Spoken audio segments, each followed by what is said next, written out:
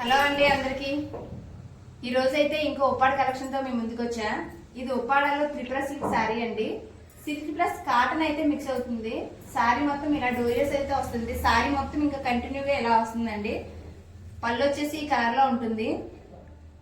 Blouse వచ్చేసి plain class వస్తుంది.